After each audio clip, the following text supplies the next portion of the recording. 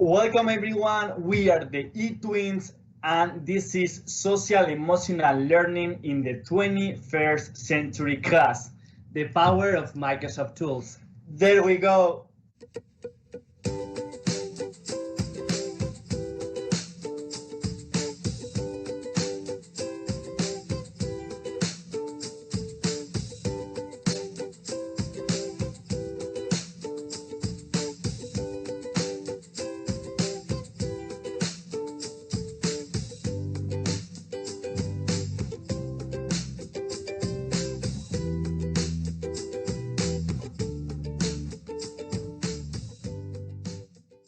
Welcome back everyone. So we are here to talk about the social emotional learning in the 21st century classroom, the power of Microsoft tools. And we are going to introduce ourselves. I am Mario. I'm Alberto. And we are located in Utah. But as you can hear, we don't have a Utah accent. We are originally from Spain and we moved to Utah 5 years ago. We came to Utah 5 years ago to start our teaching career, and we've been here since then. We teach in a Spanish immersion program. I teach 6th grade. And I teach 5th grade. Which means that we teach every subject, every class in Spanish, and we love it. We love it. Also, we are speakers and we traveled a lot to different conferences, to different events, and we love to connect with teachers and learn from many of them. Also, as you can see on your screen, we have earned different awards for our work on digital transformation and service learning and social emotional learning. And we love social media. So we really do. So you have on your screen our social media accounts. We have Twitter, Instagram, Facebook, or you can even check out our website. And please, if you are watching this webinar, take a picture and comment and tweet it out or post it on Instagram or Facebook or whatever you want. You see the hashtag eTwins, because we would love to connect with you. We would love to see those posts and see comment on them and see your thoughts, what you think about the presentation and all of that. So please go ahead and do it. Before we start this presentation, a couple housekeeping items. You can find the Q&A button where you can post some questions and our team will be answered those questions live. Also, you can turn on the captions. It's going to be so funny, right? I cannot wait to see the captions with our accent. It's going to be great. It's going to be great. And also you can access this presentation on demand after this is done for 12 months, for a year. So you can review this presentation as many times as you want for the next 12 months. It is very important, this slideshow, this presentation is completely interactive. So you are going to see some buttons or some pictures, videos throughout the presentations. And if you click on those, they will take you to different resources, to a research, to an article, to a video, a blog post, all of that. So you are just one click away from all of those resources. So check those out, like this button that says more information or different things. So first of all, this is the index. Again, we forgot about it. We're going to drop the presentation in the chat. Yeah, okay, the link for the presentation. So we will drop it in the chat for you to have it. So check the chat, please. Go ahead, Alberto. Sorry. Yeah, you're great. You're great. So this is the index, really important because again, it's interactive. So you can click in these different arrows that will take you to that section of the content. So for example, if in the future you want to go to a specific area of the presentation, you can go to the index and click in the different arrows. It will take you to that part of our presentation. Directly to that section. So why social emotional learning, Mario? So here we have some data and shows that 70% of the children between 2 and 8 years old have mental disorders. They have some mental behavior developmental disorder. So that means that almost 1/4 of our class, have some kind of problem, and this problem affect their behavior, affect their grades, affect their daily life. So all these problems are making an impact a positive or a negative impact, in this case negative, in our students. And those affect their grades and their performance in our class. And also the daily life, which is even more important.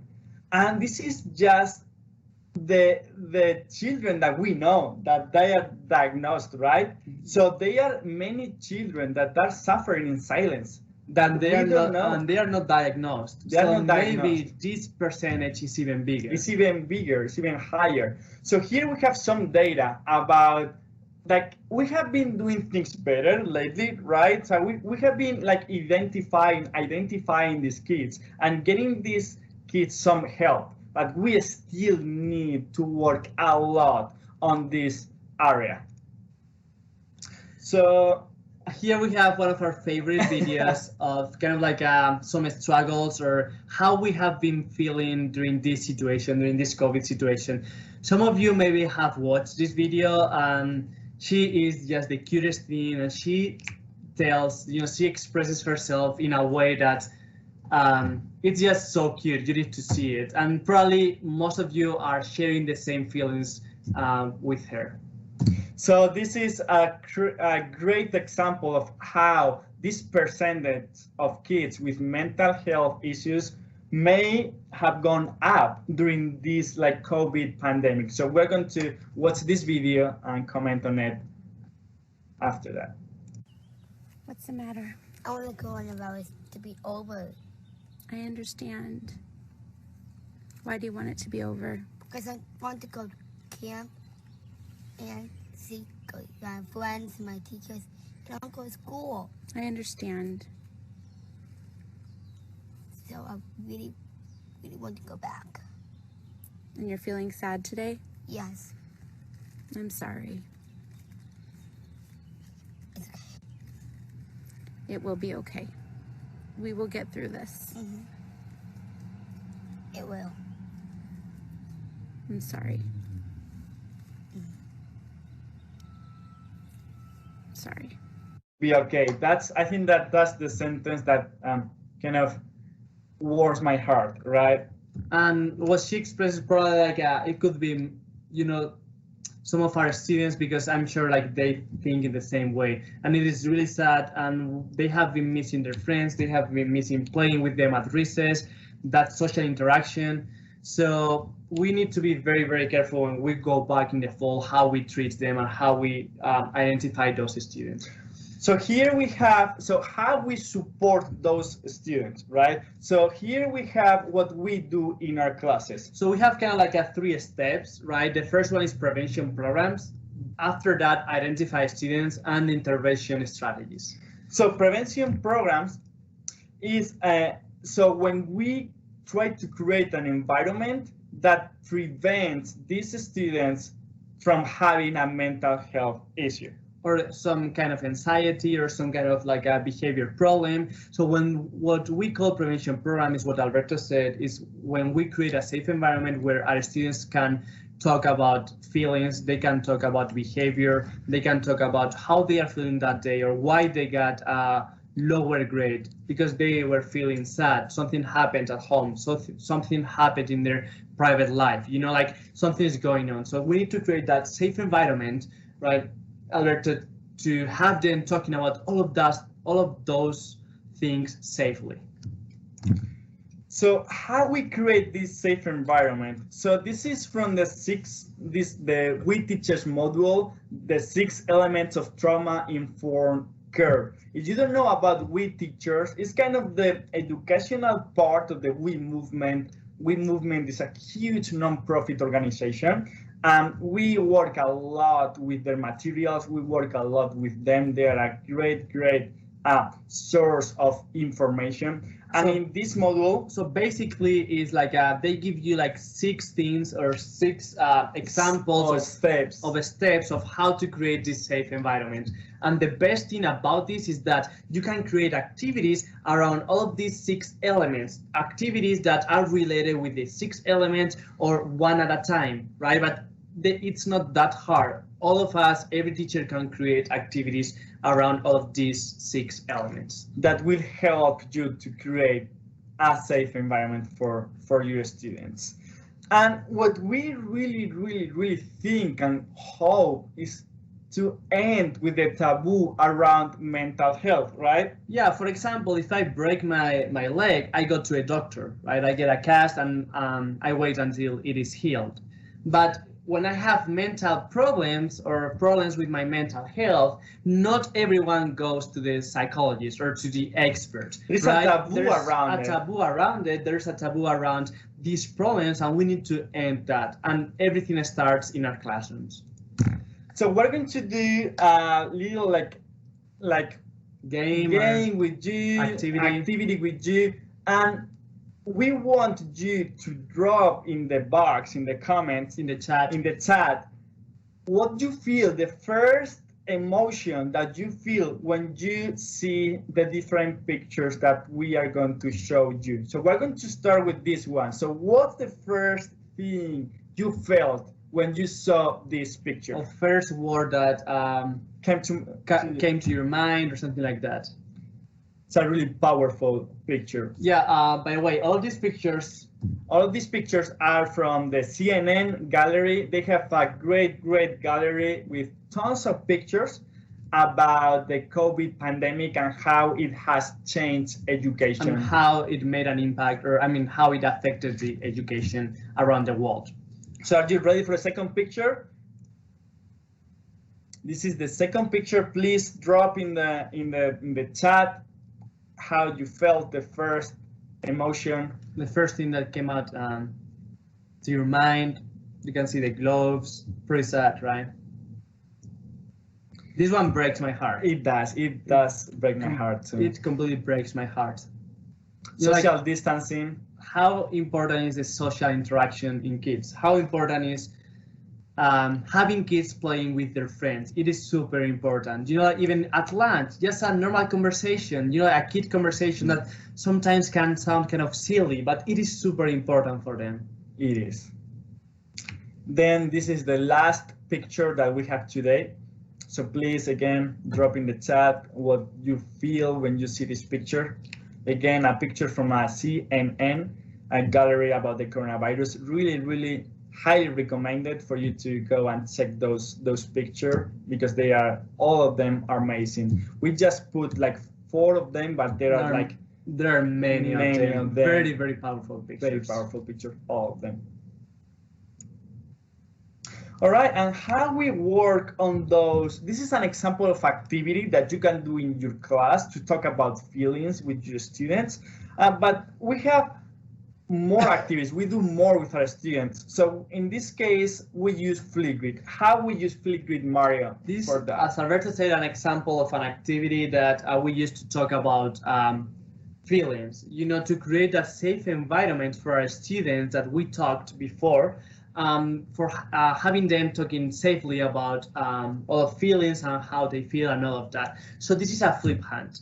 What is a flip hand, Alberto? A flip hand is like a scavenger hunt, but in Flipgrid. So students need to complete different challenges. So here we have like tons of challenges, and they need to complete it, and every time they complete a challenge, they earn points. And the one that complete the most challenges, or the one that has more points, is the winner of this scavenger hunt. Exactly, and all of these challenges are based on feelings, are based on social emotional learning. Some of them are like how did you feel during the pandemic, about the COVID situation, and they talk about their feelings and all of that. So with all these kind of situations, you make your students talk about feelings, and it is super important. This flip hunt is part of the We Schools lessons, online lessons.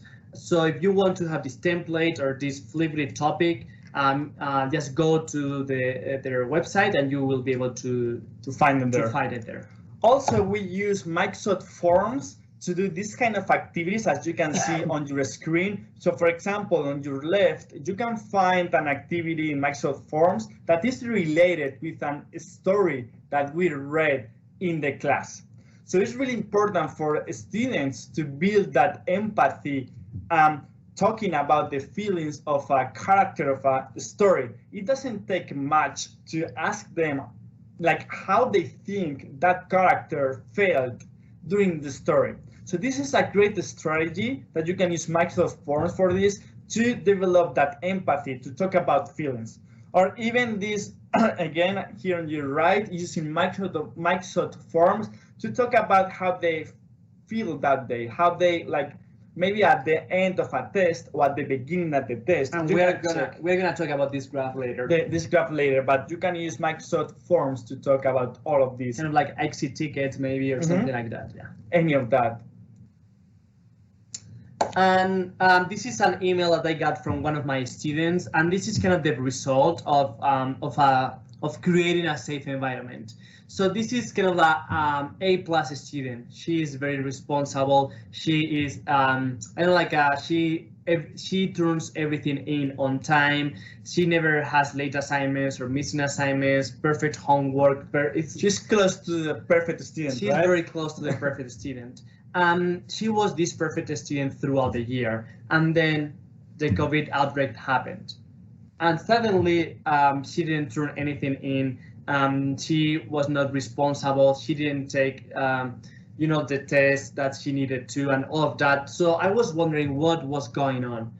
So I gave her like 1 week, and I was like, all right, I will give her 1 week and see if she can put her together again. And I got this email from her, and this is very, very important for me, because we created a safe environment where she could come to me, or she could send me an email telling me, hey, Senor Mario, because I'm Senor Mario, because I teach Spanish. Hey, Senor Mario, I need help. I'm not motivated. I have recognized this feeling, and that feeling means that I am not motivated enough to be able to keep up with the school work. And she's asking for your help, which is huge. It is huge. I am not motivated. How can you help me? What do I need to do? Or how we need to do something, we need to put some strategy in place to be able to solve it. And we did. We met with the family, teacher, family, and student. We came up with a strategy, with some schedule, with all of that, and it just worked out perfectly. And she came back to be that perfect student. This is the result of 10 months. Well, more a year and 10 months, because she was my student last year, of working on social emotional learning. Taking some credit for it, right? I'm taking some credit, I am. Working on social emotional learning, and like these different strategies that we have shared with you all before. Also, this is we have talked about how to create a safe environment for students. Now we are going to talk about how to identify those students that are having mental health issues, or those students that are at risk. So the idea of creating the safe environment is to prevent students from these mental health issues. But sometimes that happens, right? And we need to identify them to bring them the help they need. So how we can do that? We're going to share with you like different strategies that we use in our classes to identify those students that are struggling. So OneNote, we use OneNote for this strategy that we use OneNote for everything. We do use OneNote for everything, but like more specific for this strategy that we call the wheel of feelings. So Mario, what is the wheel of feelings? Wheel of feelings is at the beginning of the month. What they need to do is they color, as you can see down there, there are some squares, and they are labeled with the name of a different feeling. So what they need to do is they color, those boxes, and they kind of link the color with the feeling. And it's also like really, really great to see what different colors mean for them. Yeah, so for example, happy for that student was pink, but for me it would be green, yellow, for example, I would say, right? So that's very interesting. So once they have colored their boxes, what they do every day, first thing on the morning, very first thing is they get into their OneNote and they color how they feel that day. So in that, this is like a wheel of feelings that is already completed from one of my students, and we can see here how she has been feeling the whole month. This is a great strategy to identify students that are struggling, or even to get to know them better.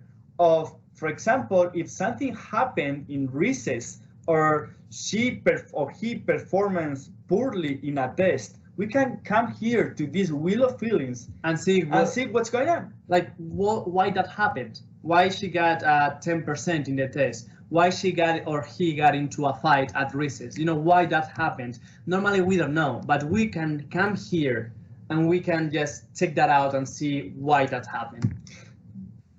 Also, this is a great example. The wheel of feelings, we use it with elementary kids, more basic level, but we can use the same strategy to identify kids in junior high or high school. It's a little bit more complex. You talk about more, as you can see, more feelings and all of that, but it is super useful, and it could be kind of like a kind of the next step of the wheel of feelings. This amazing model, we took it from a Twitter account, Sparvo, our great friend, our very good friend, Mark Sparvo. And if you don't follow him, just stop what you're doing right now, go to Twitter and start following him, because he posted a lot. He posts a lot of great resources around sales and about feature-based skills and all of that. And this is a great example of the great resources that he posts. This is an example of one of my students that I identify this year. At the beginning of the year in September, he was a really quiet student. I thought he was doing great. I could have never thought that he was going through this anxiety every single day in my classroom. So one day, reviewing the September wheel of feelings, like I ran into this, and like it surprised me, because he was like just like, I thought he was doing fine in my class. So this is a great example of how we can identify students that are suffering in silence. The next example is kind of break my heart. Just remember all the things that my class have been through this year. Yeah, Alberto's had quite an year in terms of feelings, in terms of different problems that happened to his class. So it was quite a year for me, and this is an example. This is one of my cutest student, a girl who had a really a big problem in this school year. We can see here in the October wheel of feelings that everything was going great. She was happy during the whole month, even like energetic and motivated one day, and then suddenly something happened October 25th. And what happened on October 25th, she was diagnosed with cancer. And that was the day that they told her that she had cancer. And that, like, just remembering that, like, breaks my heart. They were like a couple really tough months for my class, and we can see here the 25th and 26th. She was super sad just thinking about it, and then she started to be anxious just thinking about her problem. We go to November and we find her anxious, and then when she started the treatment, she started to feel sick and tired. And then one day she felt happy, which kind of like put a smile on my face. So here we can see how we can identify or even like follow her feelings through this problem. It is really great to see like her evolution during this problem. And now she's completely healed. Like she she kind of she was back with us before the coronavirus pandemic. So she won the battle, and now she's perfect, and she will be my student next year. I am looking forward to having her as my student because she's the sweetest. She's awesome. She's awesome. So I am super happy for that. Yeah, it's a really sad story, but we can see here this example of how we can identify what's going on or what students are feeling through these hard situations. And also we use Flipgrid. How we use Flipgrid, Mario? So we use Flipgrid with the Wheel of Feelings as well. So every Friday at the end of the week, our students record a Flipgrid of themselves talking about their week, but their week related with the Wheel of Feelings. So they talk about how they felt every day, why they felt like that. And once more, what we are doing here is we are making them talking about feelings, you know, kind of opening their heart, kind of that, you know, and talking about feelings, about how they felt, and about, for example, if they performance badly in a test, why was that? You know, like what kind of problems they run into? Yeah, how was I feeling that day, right? So that's how we use Flipgrid. And it is really great to watch all of those videos, students just opening their heart and talking about their emotions. It is great for us as well to get to know them better in that situation. And then this is the last step of the model that we apply in our classes, and it is intervention strategies. It is really, really, really, really important to, when we do these intervention strategies, we need to keep in mind that teachers were not qualified enough to put these intervention strategies in place without the guidance of experts, like the psychologist of your building, the counselor of your building, or even people from your district or your organization. So when we identify one of these students that are having an issue or anxiety or whatever, what we do is we create a team. Exactly, and we need to call the family, and then faculty, administration, counselors, psychologists, all of that. So we need to come together and as a team and think about what is the best option for that student. What can we do to help that student? And a very important part of the team, the student. But we can't let him outside of the meeting room, right? Or we can't have him outside of the decision-making room. We need to have him there. Why? Because he knows himself, or he or she knows himself. And that is the best person to talk about how the student is feeling. The only one who knows how he or she is feeling and why is the student. So we need to have the student in the process, in the decision-making part of the plan. Exactly. It's really important, these three elements: student, family, and faculty. Remember this student of mine who was really anxious at the beginning of September? We put a plan in place for him. Different strategies. We're not gonna go. We're not gonna talk about them. We're not gonna go deeper on these strategies because it would take another hour and 30 minutes just talking about them and why we did it.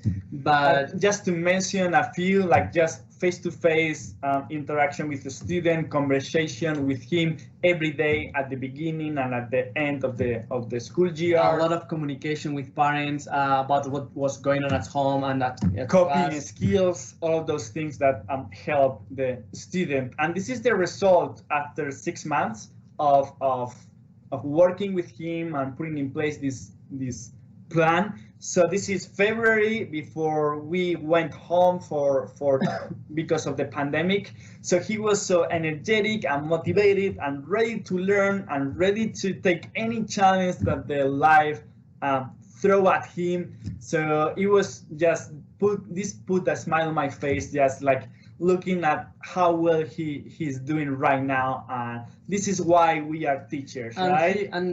I was gonna say his name. He's just amazing. He's just so nice, and I'll have him next year, and that makes me, as I said, so happy because he's super nice and super sweet little boy. Yeah. Also, this is another example, another story in my class. That could be me in math because I don't like math at all. So this is one of my sweetest girls, one of my sweetest students. She was great at the beginning of the year, and this was one day we were working on these math problems, and I was wandering around helping students. And when I just went to her desk to help her out, and I saw this. I saw how she destroyed the math paper because she couldn't handle frustration. She didn't know how to handle frustration. And she didn't know how to do these problems, and she was getting more and more frustrated. And one of the problems was that she didn't communicate that to Alberto, right? To her teacher.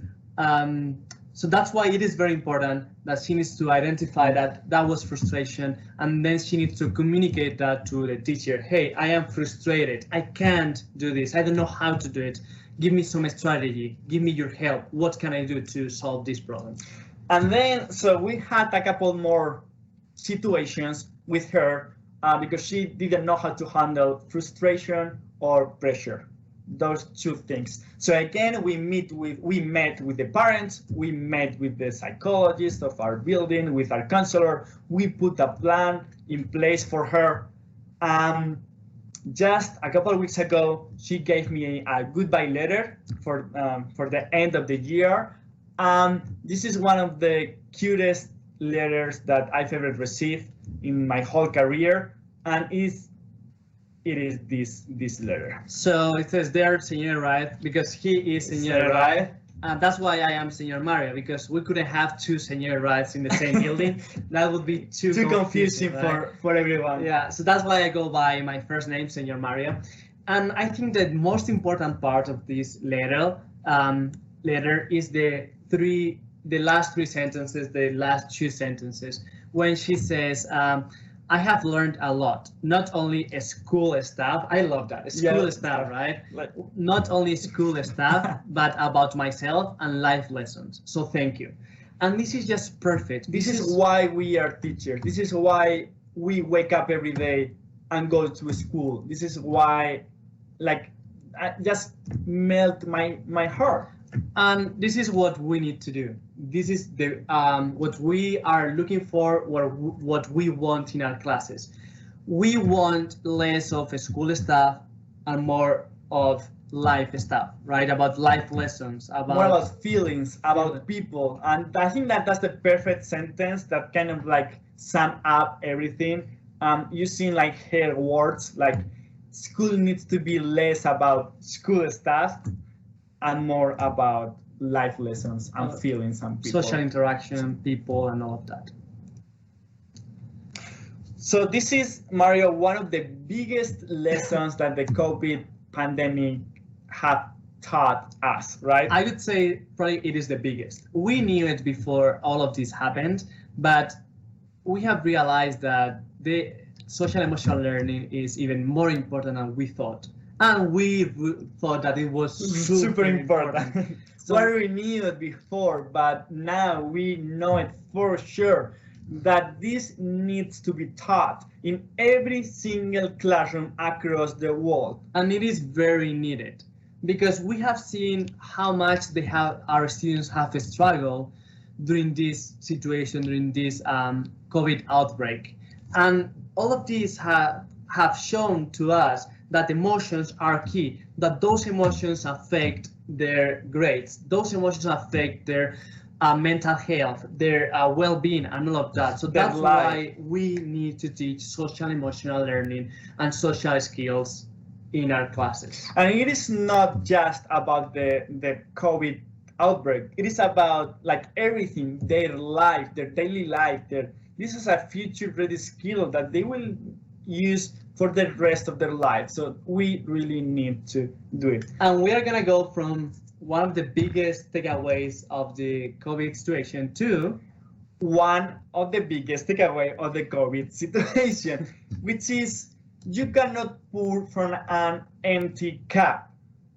We have been talking about student mental health, But how we teachers are going to support students in this mental health journey if we are not Healthy enough. healthy enough? So it is really important that we need to take care of ourselves. Exactly. We really need to take care of ourselves. We need to have that well-being in the first place of our priorities, top one probably. This is a great lesson that the coronavirus outbreak taught us. For us at the beginning was very, very hard to draw that line between work and personal life. So we were working too much and we were getting burned out. We were getting just so frustrated. It just didn't work. And we couldn't help our students. We were losing our identity as teachers. So how are we going to have a positive environment in our classes if we are frustrated, if we are sad, if we are under pressure? We just can't. We can't create that safe environment if we are not safe, or if we are not happy, if we don't feel that we can just go to our classroom or to our call, right, our video call, and just be happy and interact with our students. We can't do it. So we need to think about our well-being first and about how we can draw that line between work and social. And there are a lot of teachers around the world that they are suffering this every day, and that's why these numbers that we are showing right now on a screen are going higher and higher and higher every single day. Exactly. So we need to. It is so sad. This breaks my heart. We have met a lot of great teachers, a lot of great, very, very nice teachers that left the profession because they got burned out, or because we are under a lot of pressure from everyone, parents, administration, districts, and all of that. So we need to take care of ourselves. So that's why we want to close this session with a mindful moment. So we need you to close your eyes for 10 seconds and just think about something that you are grateful for and you didn't know about it before the coronavirus outbreak. So we're going to close our eyes for 10 seconds and think about it.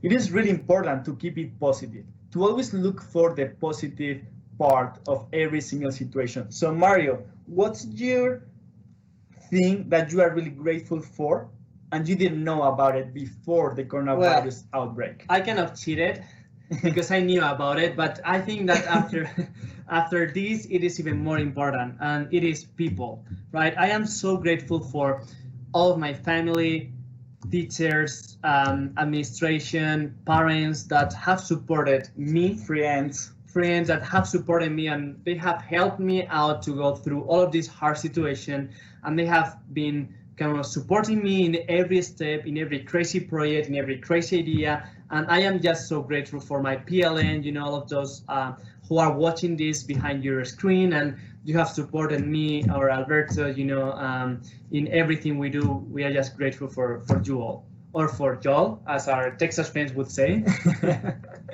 So, and we didn't want to finish this presentation without giving you a strategy that works really well for us.